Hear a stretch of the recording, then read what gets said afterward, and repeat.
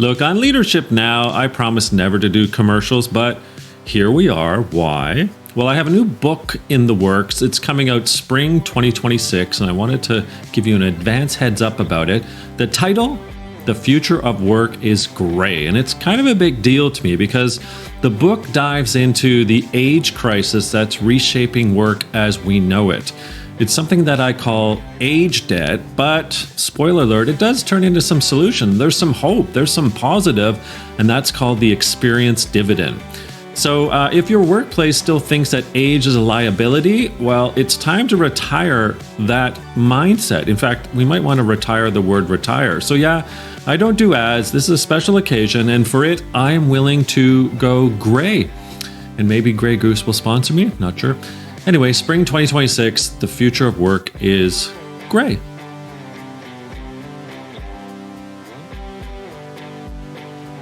Hey everyone, welcome to another episode of Leadership Now with me, Daniel Pontifrac. Today in the house, Leanne Clark-Shirley, PhD. Leanne, so great to see you again. I feel like we're friends. Short bio, and then we'll get right into a conversation about aging. So Leanne is president and CEO of the American Society on Aging, aka ASA, the nation's largest multidisciplinary association of professionals working in aging. Leanne is a social gerontologist dedicated to building a society in which all of us have a full and fair chance at a good long life. She brings 20 plus years of experience working in aging-related nonprofit consulting and academic environments. Before joining ASA, she was AARP's, sometimes called AARP, AARP's Senior Evaluation Advisor responsible for strategic planning, building internal evaluation research capacity, and applying impact measurement expertise at the departmental and enterprise levels. Prior to that, she led the aging and disability research practice at IMPAQ, Impact International, a think tank and policy research firm. Leanne is a fellow of the Gerontological Society of America, teaches courses on policy and aging, and regularly mentors students interested in non-academic careers in aging. She received her doctorate in gerontology from the University of Maryland in Baltimore County. Leanne, so great for you to spend a little bit of time with me, and for listeners and viewers, what a pedigree. I think what we want to do first, though, is sort of help people understand you and ASA. So tell us a bit about ASA, and then kind of what it's all about and why you're there. Yeah. So thank you. It's great to be here with you. Always delighted to talk with you, and excited for your new book that's coming out next year. So ASA, as you said, we are the largest multidisciplinary professional home, I call it, for everyone that cares about aging in some way. We're 71 years old. Just had a big 70th last year, which was great. And our members consist of folks from what you might think of as traditional aging services, people running nutrition sites, running home delivered meals. We also have academics, we have advocates, we have tech startups, entrepreneurs, marketing professionals. We've even had some interior design folks join ASA's members. The tie that binds is really all about doing whatever we can in our own sectors to make sure everyone's got that full and fair chance at living a good, long life.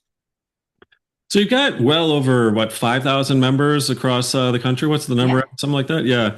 So the other thing, of course, is just demographic data that stares us in the face almost each and every day. And so we are inching rather closely by the year 2030, roughly speaking, in North America, 1 in 5 citizens are going to be over the age of 65. So to me, you're in an organization that's sort of now really setting the tone for how we in society should be addressing the fact that we're aging, like society is definitively getting older.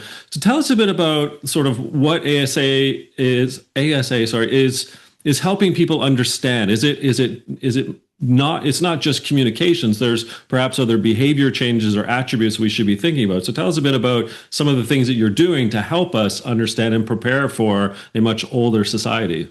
Yeah. My other favorite statistic is, this is already true for, I think, 12 states in the US.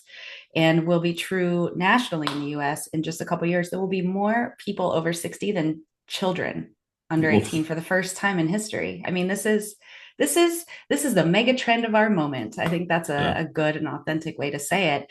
And at ASA, one of our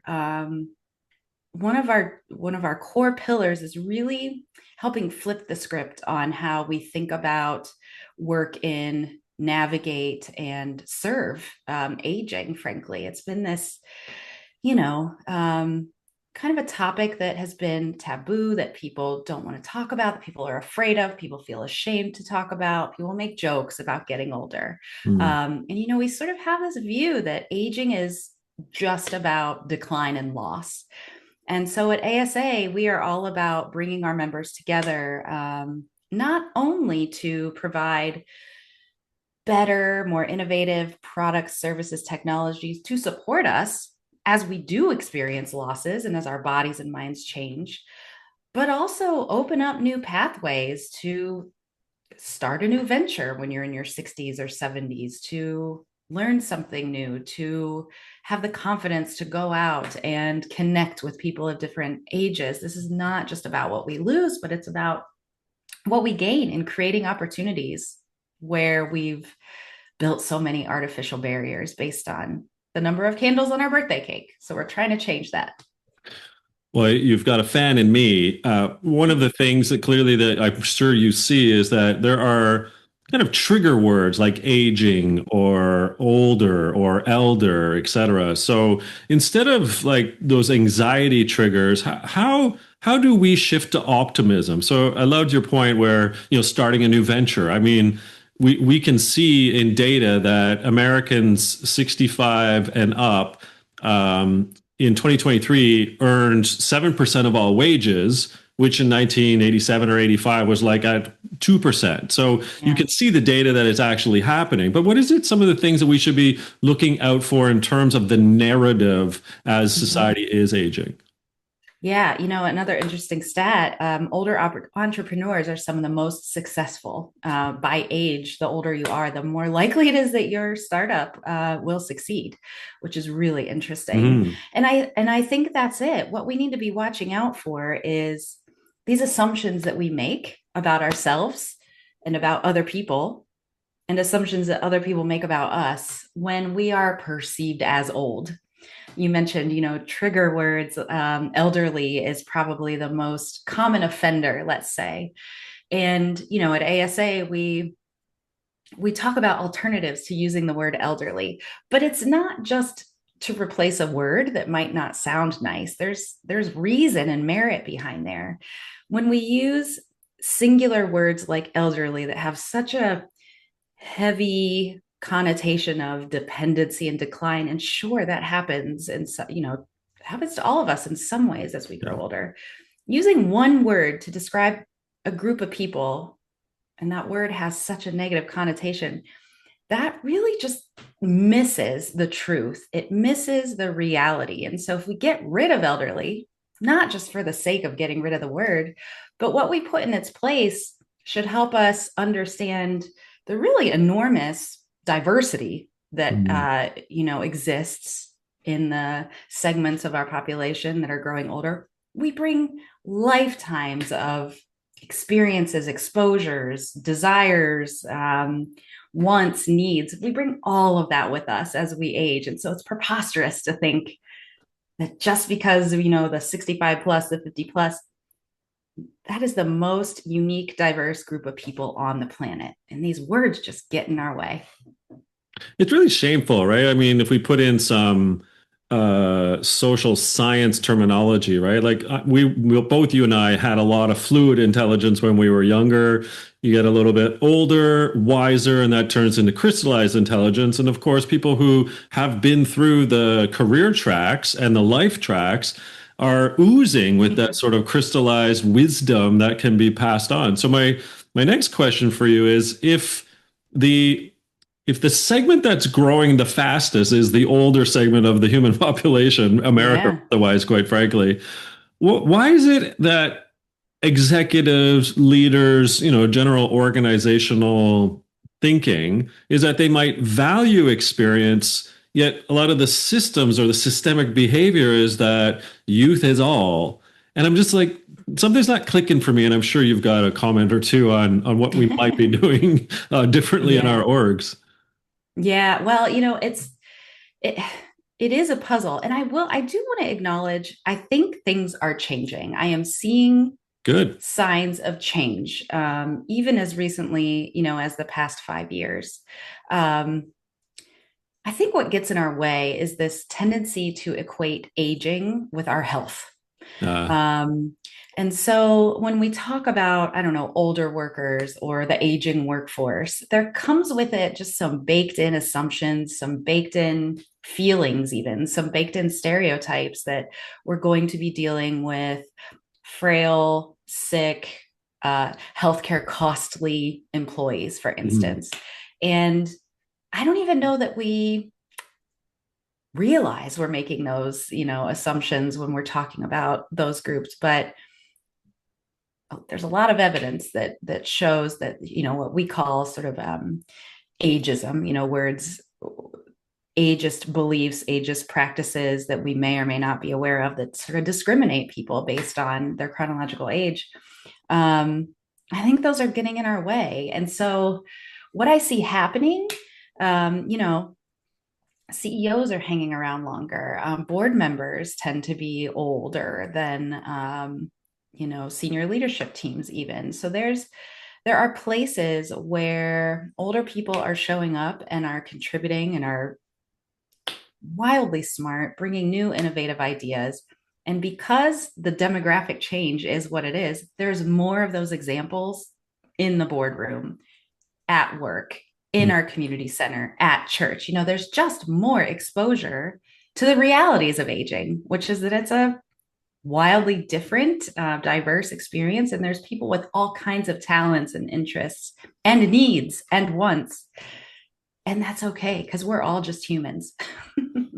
It feels a bit, however, that there's some invisible nature thing going on here, right? So Yeah. you in your parks, at your church, at the shopping malls, right on the street, you still see strollers and babies and young kids, etc. Then you see middle age, you see older folks, right? It doesn't really, you don't really see it until you look at data. And when you look at the data, then all of a sudden it tells a whole different picture. So, how do you help, whether it was at AARP or with ASA, how do we help people see that it's a natural thing? We are aging, society is aging. I'm just curious, like how what do we need to learn from you and ASA to change our minds that it's you don't have to just look at data. There are things you can be doing to support, this evolution that we're actually going through demographically. Yeah, I like to offer two suggestions to people. One is just to take a day, just pick a day and decide that that is the day that you are going to notice how aging shows up in your interactions, in the TV that you Ah, watch and what you read. You just pick a day and just simply notice and observe. Be highly attuned, to age, the people that you see, the people that you talk to. What do their ages look like in relation to yours? And then just spend a little time thinking about what you observed. Maybe you see a ton of people of different ages from you everywhere, and you might think, wow, age is not really getting in the way. I'm seeing all kinds of ages here. Or you might say, you know what? I'm only seeing people that are younger than me or people my age. What's up with that? mm. And it could be any host of factors, but noticing it is a starting point, and then kind of taking some time to process what you're observing. The second thing I like to tell people is go out and intentionally make a friend of a different age, Oh, I whether love it. that's at work, whether it's on the internet, whatever. Actively seek out someone 20 years your junior or senior and strike up a conversation and see what happens. Because at the end of the day, I mean, I firmly believe this. Nothing magic happens to us when we turn 50 or 65 or 85. Nothing magic happens. But we assume that it does, sort of at a societal level. And when you just start relating to people as humans, the mystifying qualities of age can sometimes go away or reveal themselves to be kind of magical. Those are two very practical and wise pieces of advice. And I think it also reminds me whether people like sports, and if you do like a sport, whether it's baseball or football, often, championship teams go out and seek those older, mature, wise veterans, as sometimes they're called, to help complement, that final roster, that final team sheet, because there's then the exchange of that mentorship from I've been through this before, here's what it's like in the playoffs, to have you tried this before? And the older wise veteran, right, saying, oh, yeah, I guess I can get to first base quicker using that strategy or what have you. Is that Yeah. something akin to what you're kind of thinking about? Yeah, Yeah. yeah, I think so. And I'm a big fan of live music. Oh, yeah. I was at a concert just last night, actually, and I looked around, and at any given time, I was seeing people, a lot of people my age, but I was seeing a couple, very young people in the audience, some as young as, small children with those big headphones on. They're very Yeah, cute with those listening to music. But, I saw a lot of people that were 20, 30 years older than me. There was a 71-year-old that I talked to in line. And age was the last thing on our minds. We were talking about the singles that we liked, the guitar playing, you were just connecting. And so, yeah, it could be as intentional as seeking out perspectives that are different than yours based on wisdom. It could be as simple as just dropping age altogether and taking a look at who's around you and finding someone interesting to talk to and learn from that might have a different perspective than yours. I love that. And it just reminded me last weekend, I was in Montreal visiting my 18-year-old in her first year of university, and I flew in my 22-year-old from a city nearby in Halifax. Oh, And we fun. all went to see this concert with a band from England called Wet Leg, 25, 28-year-old Yes. band. And so here we are rocking out. I'm the 54-year-old, but there were 70-year-olds there too. There were Yes. 30-year-olds and 18. I was like a magic moment. I was like, the two kids are looking at me like, Dad, this is like your book. This is what you're talking about, aren't you? I'm like, yes, well, like, Exactly. it's You amazing. know, yeah. And if you take to your point earlier, you read the data, but really it's all around us. We just need to just kind of take a step back and take the chance to observe it. All right, so not as fun as White Legger concerts, but government. What place does government federally, provincially, state-wise, municipal, like what is it that I think elected officials and bureaucrats can help us with in this journey that you're under? Yeah, that is quite a departure from concerts and live music. Um, you know, so again, ASA's North Star is to do everything we can and unite our members, partners, and allies around doing what we can to make sure everyone's got a chance at a good long life. Yeah. I like to say longevity is the goal and aging is how we get there.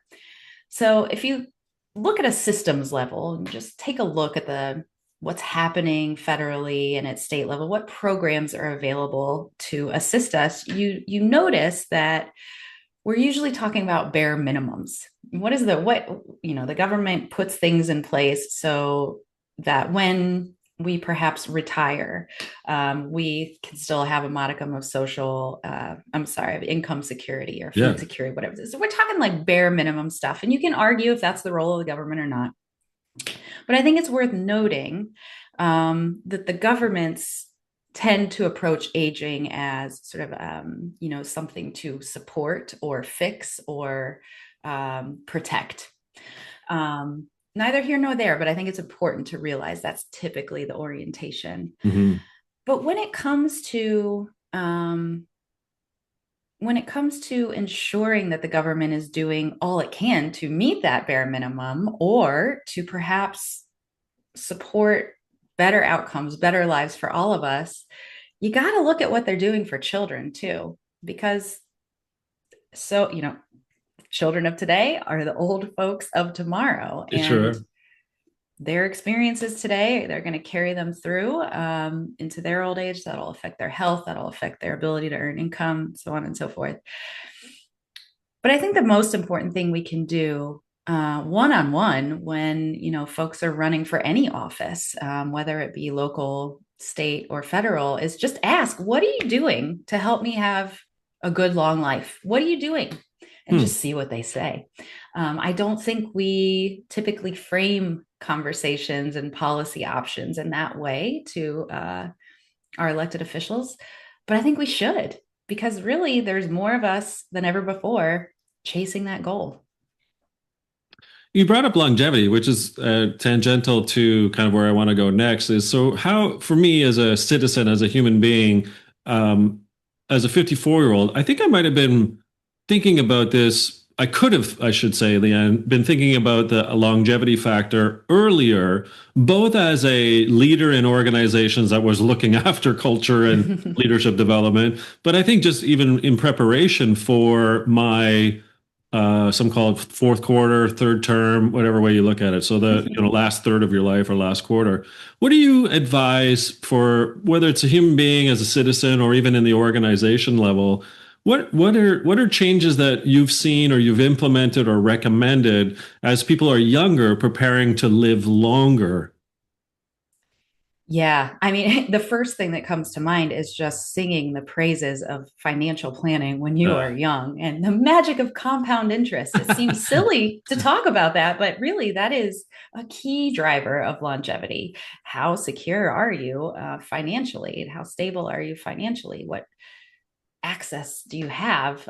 So even as something as simple as, investing in retirement accounts, but I think we've got a problem in that we're all sort of short-sighted. We're all the future and old age. We've set it up to feel like something that happens to someone else and not us. Um, and so I think part of this is just changing how we talk about older people, about aging. It's not a them conversation, it is an us yeah. conversation. So as an organizational leader, what am I doing to set myself up to work in a workplace that I want to work in 20 years from now? What am I doing to invest in the skills I need so that I can do what I want, 10, 20, 30 years down the road, no matter how old you are? Um, there's a lot of 85-year-olds in the workplace. They're more than ever before, so it's not ridiculous to talk about professional development, upskilling at age 50, 60. It should be part of the conversation. So it's not just when you're young. I love it. And so, what you gave us a couple good examples of looking around and making a connection in your community as a citizen. What are some of those tips or tricks or tactics you think leaders ought to be considering, if not implementing, to sort of solve part of this riddle that you're alluding to here? Yeah. It's worth taking a look at who's missing from leadership tables. Ah, And by leadership tables, this is sort of age agnostic. How do you even define a leader in the first place? What qualities do you really want? What perspectives do you really want? At ASA, we're big at saying we want to design with and not design for. We don't want, we're participatory. We want to pull people in. And I think that's good advice too for organizations and leaders. Whose voice are you missing at the table, and where can you get them? And hmm. certainly, age comes into play there. And it could be you're missing younger voices. It could be you're missing, the voices of working moms who are trying to get home at night and trying to do, whose voice are you missing? Bring it in. I think that's really key. And make sure you're willing to listen to what they have to say. Hmm. Is there an opportunity too, then, for going back into the organization with your expertise for leaders, senior leaders, sort of people helping to shape culture, to maybe form better ways in which I guess people can work together, whether you call it intergenerational collaboration, inter-age collaboration, like you mentioned about how people could learn from one another, right? So someone older picking up a reverse mentor and vice versa the other way. What are other things you could see that help bridge that gap between, oh my gosh, Dan is old, to, oh my gosh, what a young punk you are at 18? Yeah. I was having a conversation about this the other day. I actually think, it's interesting how few resources we give younger people who need Huh. to manage up to older colleagues. It can Hmm. be awkward where, as much let's call it ageism as exists, and there's a lot of it. But there's also this innate, we're taught to sort of respect our elders. And so when we're in management positions, if someone that we are managing is older than us, that can create awkward conversations. And there's really no resources that I'm aware. If you know of any, I would love to see them. But even looking at how we are talking with younger people managers, younger people developers, and just figuring out what assumptions and beliefs they may be holding on to about the older people that they work with. In my experience, most older people have no problem and are really excited to work with people younger and older than them. But I think we can do more for Well, the younger layers. do you think that ageism, therefore, is the last of the isms that we really haven't tackled? Is that, or is that sort of more foolish That to consider? Yeah, that gets thrown about, and there have been times when I have said that, and it's not that I don't believe it. Um, I just don't think that we've attended to the other isms in a way that makes us able to say this is the last one. It sort of implies that the rest are fixed, and I just Gotcha. don't believe that's Yeah. true. Got But it. it's an important one. But you know what? It intersects with so many other, we're not just our age, we're also so many other social characteristics, be that religion, be that sexual identity, be that gender, whatever. So it's really important to look at the intersections of all of those things. Anytime, if your company has an initiative to close the gender wage gap, for instance, there's a room to insert aging into that Yeah. concept. If you're trying to help your employees who are caring for children, there's room to bring aging into that. There's room to bring aging into every single conversation we're having, and I think that's a good place to start too. One of those attributes might be, and correct me if I'm wrong, Leanne, we have a dialogue about this too, is sort of the tropes that find their way into the generations categories or classifications. So whether it's what was it, Hey Boomer or something like that, Yeah. or Okay, boomer. yeah, okay Boomer, or moody Gen X or Nirvana back Yeah. dude like me. Tell me how sometimes, although in jest or kind of in humor, it might be used. If we're using them as tropes, almost in a negative sense, it's culture killing or culture stalling. Tell us a bit about what you suggest we should be thinking about when it comes to generations, either in the workforce or just in society in general. Yeah, that's another kind of hot debate in my world, whether generational assumptions have merit. And I think I would argue it depends. And sometimes they do, sometimes they do not. Um, at the risk of getting too wonky, I want to introduce a term that in academic gerontology, which probably everybody's like, academic gerontology, what is even that? But It's you. um, yeah, it's me, the study of aging, and that's Yeah. very broad and diverse. But we talk about something called the age period cohort effect. And I Okay. think it's an academic concept, but it's really helpful in understanding when thinking in generational terms, so to speak, can be helpful. Okay. It's this when you're trying to understand how aging is related to some concept or problem or experience. Age effects are individual level things that happen to us over time, developmentally, when as we get older, we move into adulthood, later adulthood, our risk for diseases increases, for Right. instance. That's age effects. Period effects are things that happen to all of us, to the entirety of society at the same point in time. The pandemic is a great example. 9/11 is another example. The invention of AI is a really good example of a period effect. It's happening to all of us. We're all exposed to it. And so our relationship to AI as a society is much different today than it was 50 years ago when we were reading Ray Bradbury books. But cohort effects then are, the stage of life that we're in when those period effects happen to us. And so I do think it is reasonable to talk about in the workplace, the innate exposure that younger generations have had to different forms of technology compared to older generations. It's not good or bad. One's not better or worse than the other. But I do think, you know, if you encounter technology for the first time when you're 5 years old, like my godchildren, I mean, I encountered the internet when I was 20. And so my godson is going to have 15 years on me, just in terms of exposure to the internet. And so his knowledge will be wildly different.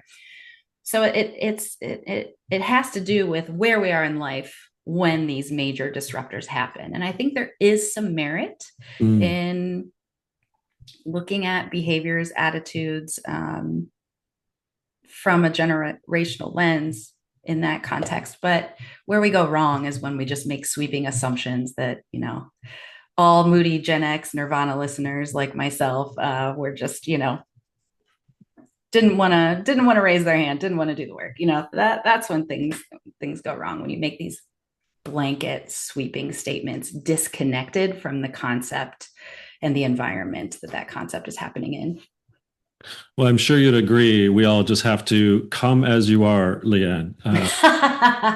Well done. You knew that was coming. Yeah, exactly. Yes. Well, what I love about effect and cohort is that when I think about, me and my kids, just using academic gerontological language here for a second. Yeah. So the period, of course, was COVID. My mid to late 2000s born children experienced the effect of COVID in a way that was far different than me. They were trying to receive learning and to continue to apply the skills of developing their own academic level, grades 8, 10, 11, I think it was. And here I am trying to deliver keynotes and workshops over virtual sessions for my clients and retainers, et cetera. That is a much different effect or a cohort effect that I have than what they had in the same period of which we experienced for whatever 2 years, COVID lockdowns, et cetera.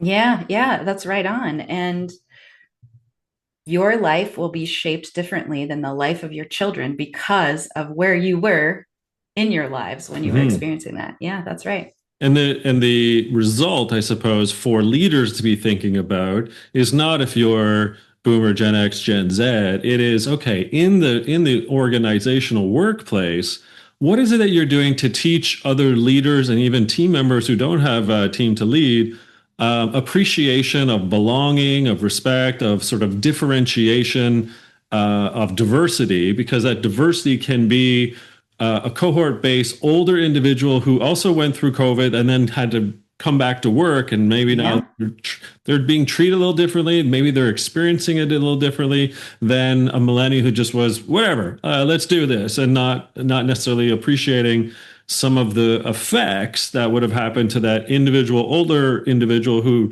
didn't have a partner, didn't have a dog or a pet, was alone for whatever, 6 months. Like that's a really good lesson, I think, for others to think about in these periods. If you're following me. Yeah, I am, and as you're talking, I'm reminded even too of social media as sort of another period effect that really has changed fundamentally how people relate to each other. And the phase of life that you were in when this social media disruption came in has really done we can get into whether it's good or bad another time, but it's changed how we relate to each other. And whether that's happening as you are coming of age or as you were a 55, 60, 70-year-old person, that's going to show up differently. And if that 50 to X number aged individual is still leading teams and organizations and units and isn't empathetic and respectful of what a younger cohort is doing to experience their now workplace because of social media, i.e. they love providing feedback on TikTok about their boss, about the cafeteria. It's just an open season of feedback. Yeah. You don't get that, i.e. if you're the older leader, then I think there's a reverse relationship that has to be set up, right? So this whole notion of aging, even though you might be wise, you still have to tap into some of that fluid intelligence and sort of help yourself understand different cohorts for different periods. Yeah, well said. Empathy has to go both ways, Mm. always when it comes to age-related differences, I think. Gosh, I could certainly chat with you for hours. I think we'll have to have you back on this program at some point, Leanne. Incredible stuff. Leanne Clark-Shirley, she's the president and CEO of American Society on Aging, ASA. Leanne, where can we find out more about you and your wonderful organization? Well, connect with me on LinkedIn, but ASA, you can find us at asaging.org. We have a conference happening this spring. We've got 3 different publications. We've got education going on all the time. It's a party. Come join it. Can't wait. Well, the party's in the house. ASA, American Society on Aging. Leanne Clark-Shirley, she's the president and CEO, joining me today on Leadership Now. Thank you so much, Leanne. We've learned a lot. And again, we're going to have you back and dig a little deeper next time. Excellent. Thank you so much, Dan. Thanks all for listening and or watching. You've been watching and listening to another episode of Leadership Now.